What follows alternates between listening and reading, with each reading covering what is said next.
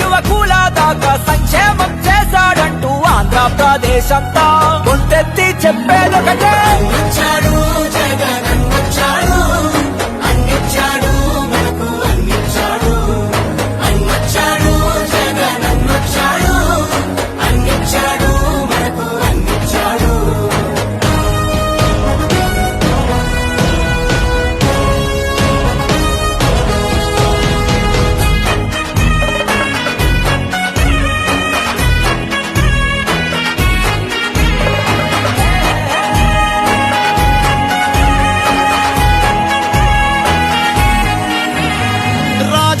పాలనను మరిపించాడు, సరికొత్త సంక్షేమాన్ని చూపించాడు.